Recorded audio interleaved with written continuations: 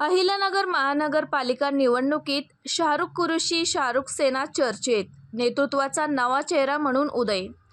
आगामी महानगरपालिका निवडणुकांच्या पार्श्वभूमीवर शहरात विविध प्रभागामध्ये उमेदवारांची हालचाल वेगाने सुरू झाली आहे. यामध्ये शाहरुख कुरेशी या नावाची जोरदार चर्चा नागरिकांमध्ये सुरू असून त्या भावी नगरसेवक म्हणून प्रभाग क्रमांक 10 व प्रभाग क्रमांक 5 वेगाने लोकप्रिय होत आहेत.